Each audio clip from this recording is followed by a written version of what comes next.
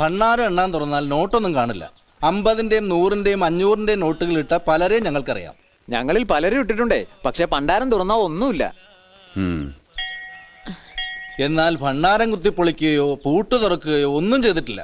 പിന്നെ ഈ നോട്ടൊക്കെ എവിടെ പോയി? സാർ എന്തെങ്കിലും ഒരു പരിഹാരം പറഞ്ഞു തരണം. അതെ സർ. പോലീസിൽ കംപ്ലൈന്റ് ചെയ്തില്ലേ? കംപ്ലൈന്റ് ചെയ്തു സാർ, പക്ഷെ ഒരു കാര്യം ഉണ്ടായില്ല.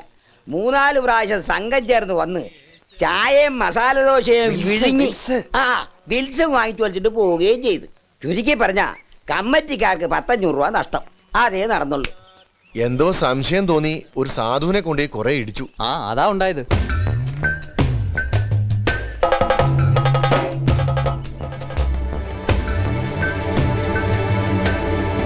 രണ്ട് പച്ചറിക്കലും കുറച്ച് ചക്ക മുളഞ്ഞിനും സംഘടിപ്പിക്കാൻ പറ്റുമോ? അതിനെന്താ, സംഘടിപ്പിക്കാം സാർ.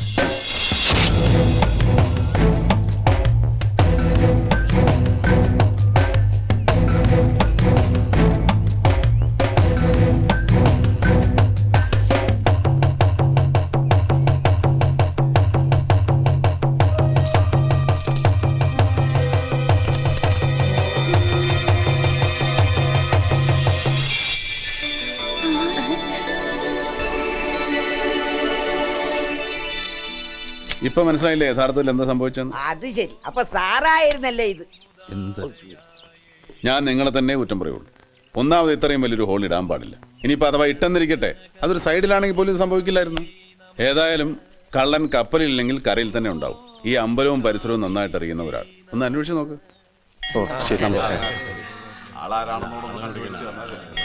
മാഷേ, കൈ കൊടുക്ക്. ഉഗ്രം. ഇതുപോലെ റേഡിയോ സ്ട്രൈക്ക് ചെയ്തപ്പോ എന്റെ ചെവിയിൽ പറഞ്ഞു തന്നിരുന്നെങ്കിൽ അല്ല, സേതുരാമയ്യരുടെ മരുമകൾക്കും ബുദ്ധിയുണ്ടെന്ന് നാട്ടുകാരൊക്കെ ഒന്ന് മനസ്സിലാക്കിയേനെ. അങ്ങനെ ഇപ്പൊ ഷൈൻ ചെയ്യണ്ട കേട്ടോ.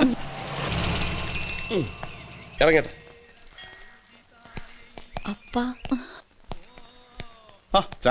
ഇപ്പൊ വന്നേ ഉള്ളൂ സാർ. വീട്ടിൽ ചെന്നപ്പോ ക്ഷേത്രത്തിലുണ്ടെന്ന് പറഞ്ഞു. അപ്പൊ അളിയനെയും കൂട്ടി ഇങ്ങോട്ട് പോയി. രക്ഷപ്പെട്ട്. നീങ്ക തിക് ഫ്രണ്ട്സാ? நான் என்னமோ நினைச்சேன். Nice to meet you.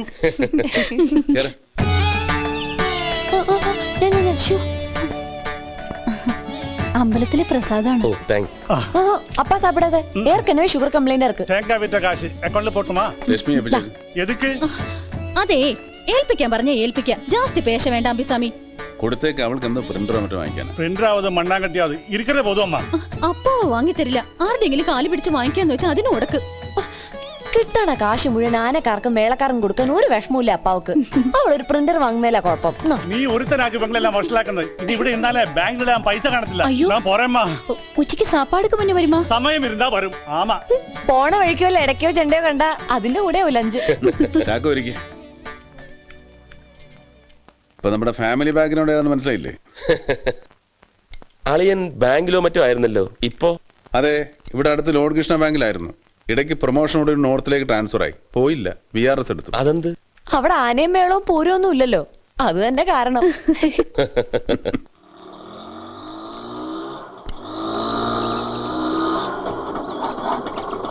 കുഞ്ഞെ ഒരു 5 മിനിറ്റ്. ഓ അച്ഛൻ പോയിട്ട് വാ.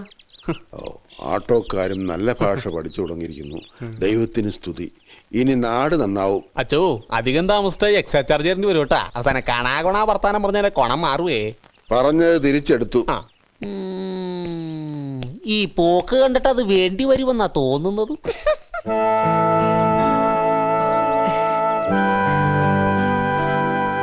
നമസ്കാരം. സേതുരാമയ്യ. അതെ, ഞാൻ ഫാദർ ഗോമസ്. കണ്ണൂർ ജയിലിൽ നിന്നാ വരുന്നത്. ജയിൽ പുള്ളിയൊന്നുമല്ല കേട്ടോ. പാപത്തെ വെറുക്കാനേ തമ്പുരാൻ പറഞ്ഞിട്ടുള്ളൂ, അല്ലാതെ പാപികളെ അല്ല. ജയിലിൽ കിടക്കുന്നവർക്ക് എന്തെങ്കിലും ആശ്വാസം പകരാൻ അച്ഛൻ ഇടയ്ക്ക് അവിടെ പോകും. അച്ഛന് കുടിക്കാൻ എന്തെങ്കിലും? ഒന്നും വേണ്ട, ഞാൻ വന്ന കാര്യം പറയാം. അലക്സിനെ, ഈശോ അലക്സിനെ തൂക്കും മരത്തിൽ കയറ്റാൻ ഇനി ദിവസങ്ങളെ ബാക്കിയുള്ളൂ.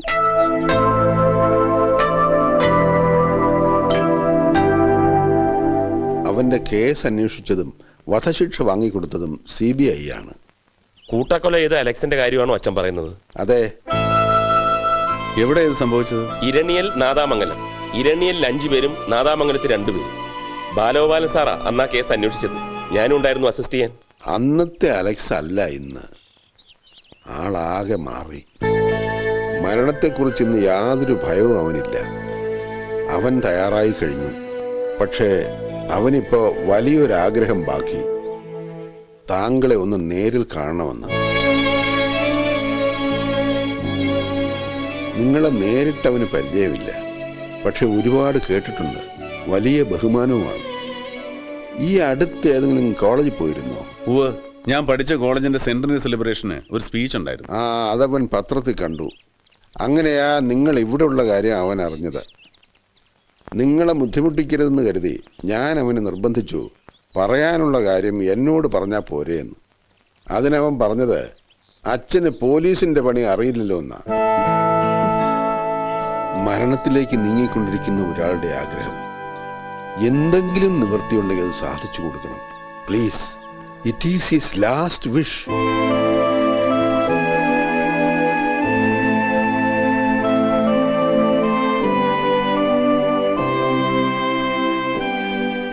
ചാക്കോ സർ, ഈ അലക്സ് എന്തിനായിരിക്കും എന്നെ കാണണമെന്ന് പറഞ്ഞത്? ഒരു പിടിയില്ല സർ. വളരെ ഏബിളായ ഓഫീസറാണ് ബാലഗോപാൽ. എന്നാലും അന്വേഷണത്തിൽ എന്തെങ്കിലും? നെവർ. ഒരു പിഴവും സംഭവിച്ചിട്ടില്ല സർ. ഈ കേസ് എങ്ങനെയാണ് CBI അടുത്തെത്തിയത്? As usual. പൗരമുന്നണി, പ്രകടനം, ധർണ, കോടതി ഇടപെടൽ, അവസാനം കേസ് CBIക്ക്. ഈ കേസ് ഒന്ന് ബ്രീഫ് ചെയ്യാവോ? സർ, ഒരുപക്ഷെ ആദ്യമായി ഈ കേസിലാവും CBIയും സ്റ്റേറ്റ് പോലീസും കുറ്റവാളിയുടെ കാര്യത്തിൽ ഒരു യോജിപ്പിലെത്തുന്നത്. പ്രതിയെ അറസ്റ്റ് ചെയ്ത് അന്വേഷണം കുറെ പുരോഗമിച്ചതിന് ശേഷമാണ് കോടതി ഉത്തരവനുസരിച്ച് ക്രൈംബ്രാഞ്ച് ഈ കേസ് CBI ഏൽപ്പിക്കുന്നത്.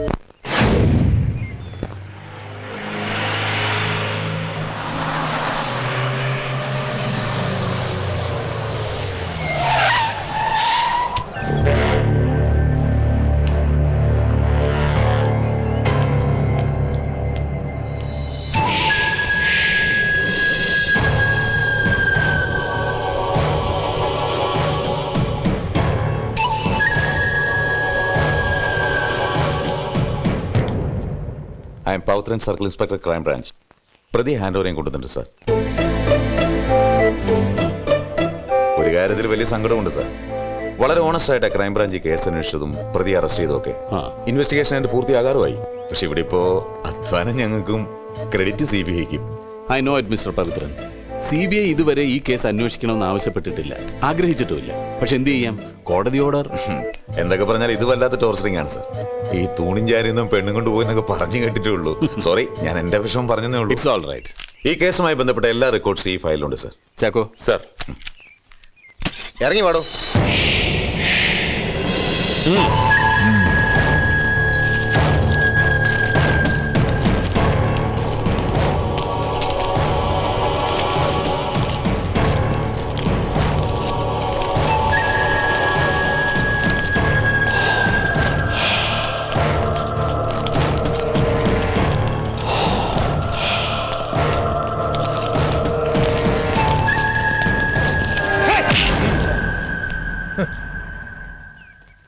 സാർ, ഈ ഏമാന്റെ വക കുറെ കുത്ത് കഴിഞ്ഞവിടെ. ഇനിയുള്ള കലാപരിപാടി ഇയാളുടെ വകയാണോ? ആയിക്കോട്ടെ, വാ.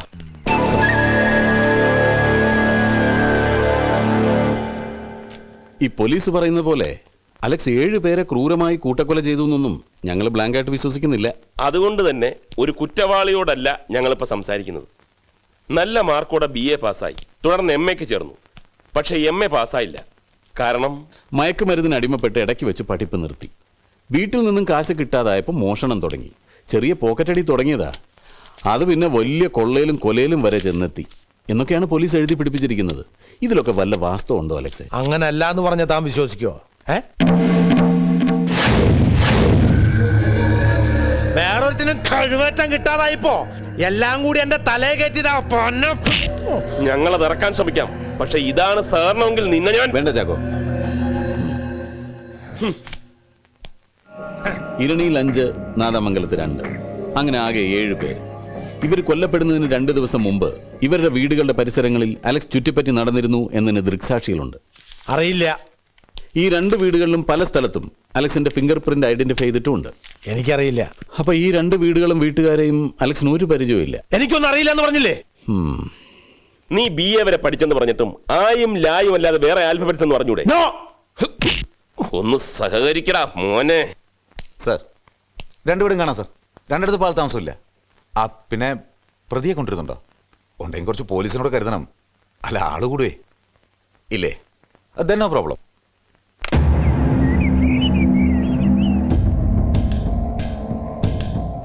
സർ ഇവിടെയാണ് ലോനപ്പന്റെ ബോഡി കിടന്നത്.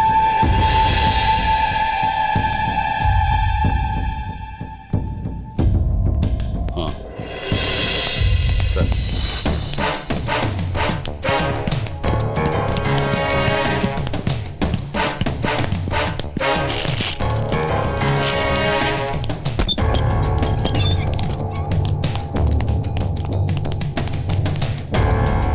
ഇവിടെ മൂത്ത മകൻ മോഹൻകുട്ടൻ, അടുത്ത ആ മുറിയിൽ.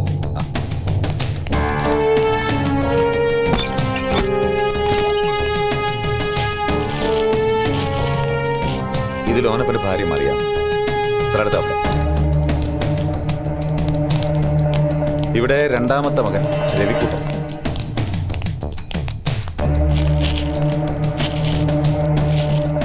Sir 5th one.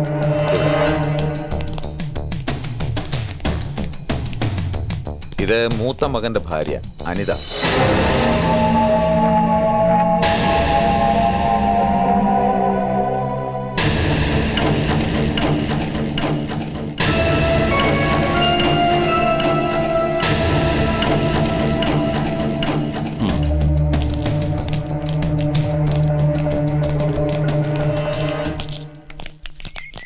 സാറേ വളരെ ബുദ്ധിമുട്ടിയാണ് ഞങ്ങൾ ഈ കേസ് CBI കൊണ്ട് അന്വേഷിപ്പിക്കാൻ വേണ്ടി കോടതിയിൽ നിന്ന് ഓർഡർ വാങ്ങിയത്. ഞങ്ങളെ നിരാശപ്പെടുത്തരുത്. ഇവരാണോ ഈ പൗരമുന്നണിക്കാർ? അതെ, പക്ഷെ നേതാക്കന്മാർ നാദാമംഗലത്താ. അവിടെ മുന്നണി രൂപം കൊണ്ടത്. CBIക്ക് പഴയ പവർ ഉണ്ടോ സാറേ? എന്താ സംശയം? അല്ല വേറൊന്നും കൊണ്ടല്ല, നല്ലൊരു പ്രശ്നം വന്നാൽ CBIയും വളയില്ലേന്ന് ഞങ്ങൾക്ക് ഒരു സംശയം. എന്നാരോടോ പറഞ്ഞത്? ആരാ പറഞ്ഞത്? അല്ല സാറേ, ഈ അടുത്തുണ്ടായ കേസിൽ കേന്ദ്രമന്ത്രി ഒഴിവാക്കിയില്ല. അത് CBI അദ്ദേഹത്തിന് കീഴുള്ളതുകൊണ്ടല്ലേ? അതും ഇതും തമ്മിൽ എന്താടോ ബന്ധം? ഇങ്ങോട്ട് മാറിയില്ല. എല്ലാരെയും സംശയിക്കണം സാറേ, അതാ കാലം. ഒരു സംശയവും വേണ്ട, സത്യം പുറത്തു വന്നിരിക്കും. അല്ല സേതുരാമേരില്ലേ സാറേ? അദ്ദേഹം ഡൽഹിയിലാ. ഇപ്പൊ ഈ കേസ് അന്വേഷിക്കുന്നത് ഞാനാണ്. സാറിന്റെ പേരന്നും ജനങ്ങൾ ഓർക്കുന്നുണ്ടായിരുന്നു. The case is interesting. ബാക്കിയുടെ പറ കേൾക്കട്ടെ. ഇരണിയിൽ നിന്നും ഞങ്ങൾ നേരെ പോയത് നാദാമംഗലത്തെ ഇരട്ട കൊലപാതകം നടന്ന വീട്ടിലേക്കായിരുന്നു. അലക്സ് തന്നെയാണ് ഈ കൂട്ടക്കൊലപാതകങ്ങൾക്ക് പിന്നിലെന്ന് സംശയിക്കാനുള്ള പ്രധാന ക്ലൂ അവിടെ നിന്നാണ് കിട്ടിയത്.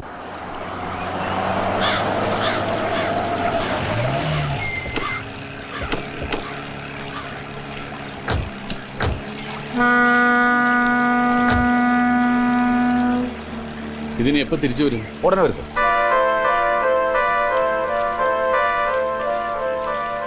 ഇരണിയിൽ നിന്ന് നാദാമംഗലത്തേക്ക് ദൂരം ഏകദേശം 30 കിലോമീറ്റർ വരും.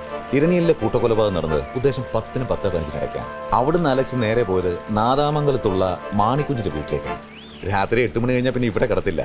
അതുകൊണ്ട് തന്നെ അന്ന് അവൻ പോയിരിക്കുന്നത് ഉദ്ദേശം 8 കിലോമീറ്റർ ചുറ്റിയായിരിക്കണം.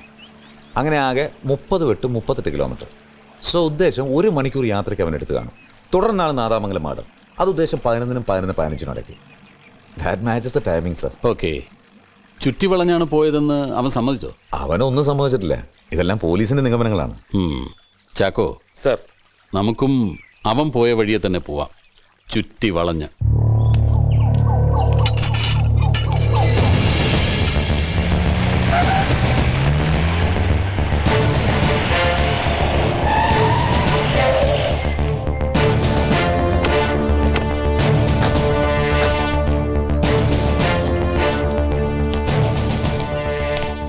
സർ, ഞാൻ ടൈലർ മണി, പൗരമുന്നണിയുടെ കൺവീനറാ.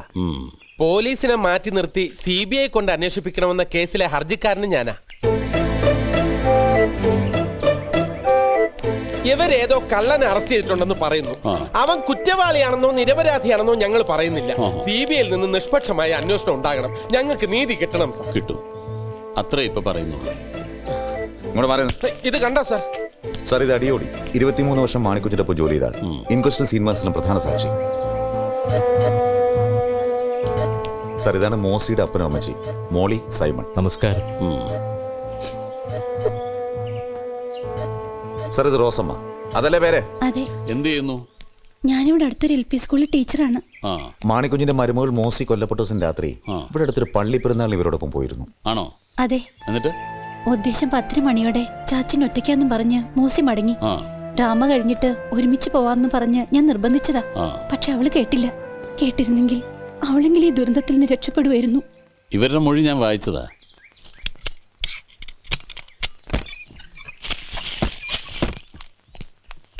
ഇവിടെ വന്നാ മതി. സാറിന്റെ പഴയ ഉമ്മാക്കൊന്നും ഇനി നടക്കില്ല. CBI വന്നിരിക്കുന്നത്. ചെന്നാട്ടെ സാർ. സാർ, ഇവിടെയാണ് മാണിക്കുഞ്ഞിന്റെ മരുമകൾ മോസിയുടെ ബോഡി കിടന്നത്.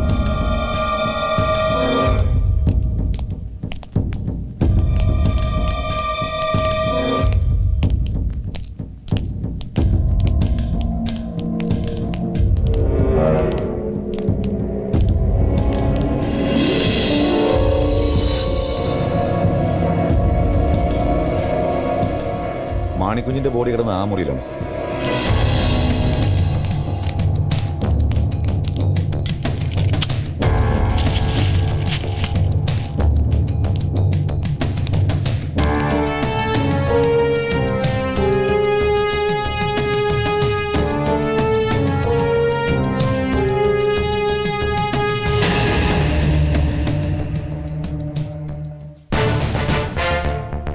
മരണപ്രാളത്തിനിടയ്ക്ക് മാണിക്കുഞ്ഞ് എഴുതിയതാവണം. പക്ഷെ എന്താ അതുകൊണ്ട് ഉദ്ദേശിക്കുന്നത് മനസ്സിലായില്ല. ഒരു പക്ഷെ മരിക്കുന്നതിന് മുമ്പ് കർത്താവിനെ ഓർത്ത് ഈശോ എഴുതിയായിരിക്കും.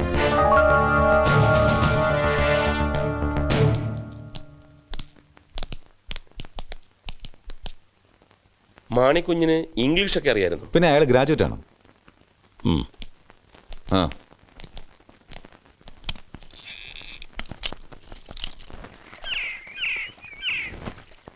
മാണിക്കുഞ്ഞിന്റെ വീട്ടില് അയാളും മരുമകളും അല്ലാതെ മാണിക്കുഞ്ഞിന്റെ ഭാര്യ, മക്കള് അങ്ങനെ ആരുമില്ലേ? അതൊരു വലിയ ട്രാജഡിയാണ് സാർ. മാണിക്കുഞ്ഞും കുടുംബവും വേളാങ്കണ്ണി യാത്രക്കിടയിൽ വലിയൊരു ആക്സിഡന്റിൽ പെട്ടു.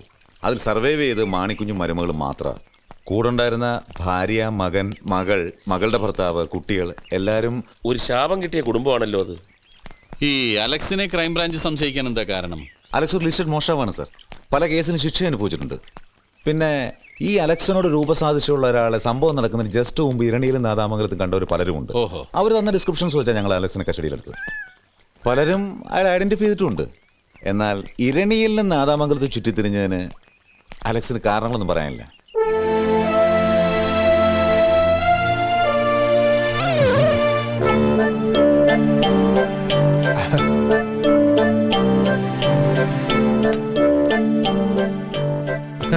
മതി സാർ, കഴിച്ചോ? മതി മതി മതി, ഇഷ്ടം പോലെ കഴിച്ചോ. ഇനി ഞാനെടുത്തോളാം. കുറെ നാളായി രുചിയുള്ള എന്തേലും കഴിച്ചിട്ട്. സാറ് വെജിറ്റേറിയനാ? നോൺ മുമ്പ് കഴിച്ചിരുന്നു, ഇപ്പൊ ഇല്ല. Pure vegetarian? Pure vegetarian. പോലീസിൽ പ്യുവർ വെജിറ്റേറിയനോ?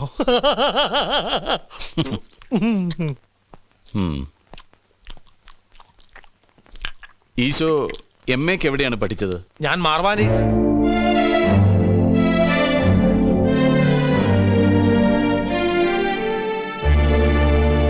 ഈശോ, ആ പേര് സാറിനെങ്ങനെ അറിയാം? എനിക്ക് ആ പേരുള്ള ചുരുക്കം ചിലർക്ക് അറിയുള്ളൂ. ഞങ്ങളെ കൂടാതെ ആ പേര് ഉറപ്പായിട്ട് മറ്റൊരാൾക്കും കൂടെ അറിയാമായിരുന്നു. ആർക്ക്? നാദാമംഗലത്തെ മാണിക്കുഞ്ഞിന്. തീരെ പ്രതീക്ഷിച്ചില്ല അല്ലേ? പറ, മാണിക്കുഞ്ഞ് ഈ പേരെങ്ങനെ അറിഞ്ഞു? എനിക്കറിയില്ല. നിനക്കെല്ലാം അറിയാം. ഈ കൂട്ടക്കൊലയ്ക്ക് ഉത്തരവാദി നീയാണ്. പറ അലക്സ്, അവിടെ രണ്ടിടത്തു നിന്നും കൊള്ള ചെയ്ത സ്വർണവും പണവും എല്ലാം നീ എന്ത് ചെയ്തു? പറയടാ, പറയടാ, പറയാൻ.